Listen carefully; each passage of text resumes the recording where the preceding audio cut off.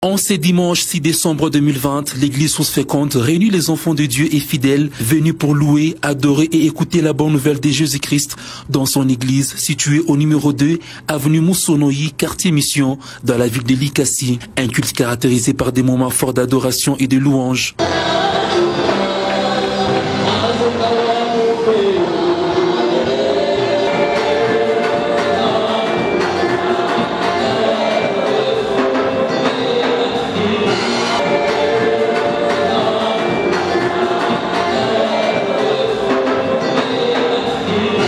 Prenant la parole, l'orateur du jour, le pasteur Désiré Mbaye, parle sous les thèmes « Lève-toi », partant du livre de Marc 5, 22 à 42. Différentes leçons basées sur l'histoire de Jairus et sa fille, qui étaient malades mais que Jésus-Christ a guéri, sont données. Comme ce fut le cas de Jairus, même au milieu d'une foule, apprenons à prier Dieu et il se tournera vers nous. Ensuite, l'orateur enchérit en disant que le même Dieu qui a accepté de guérir cette fille sous les parcours de Jésus vers la maison de Jairus est le même qui a ressuscité la fille de Jairus.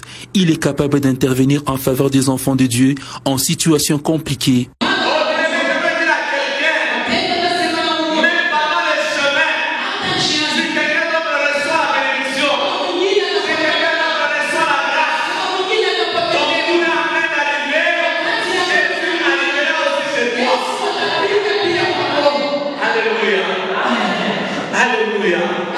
Elle marche avec Jésus.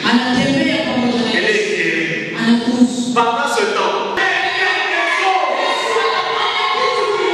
alléluia, Dieu a toujours la paix.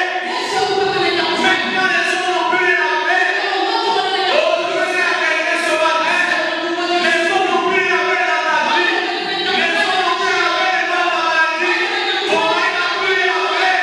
Ta femme n'a plus la paix. Mais Dieu, il a quelque chose à faire. Alléluia. Oh, Dieu a toujours quelque chose à faire. Oh, j'aime un homme de foi. Il a dit ceci.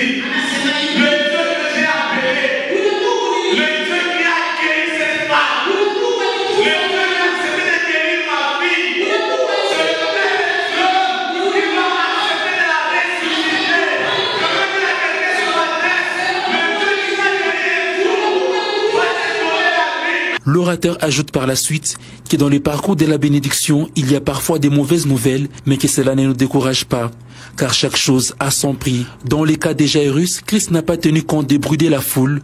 Eh bien, Dieu ne tiendra pas compte des paroles que les hommes disent sur ses enfants. Ne jugeons pas Dieu selon les circonstances de nos vies, mais jugeons par contre les circonstances de nos vies avec Dieu, ajoute le révérend Désiré Mbaye. Le peuple de Dieu a pris part également à des moments de prière. Rappelons par ailleurs que l'église Source Féconde organise 21 jours de prière à partir du mercredi 9 au dimanche 30 décembre 2020, de 16h30 à 19h juste en semaine, et dimanche de culte de 8h juste à 10h juste et de 10h30 à 12h30.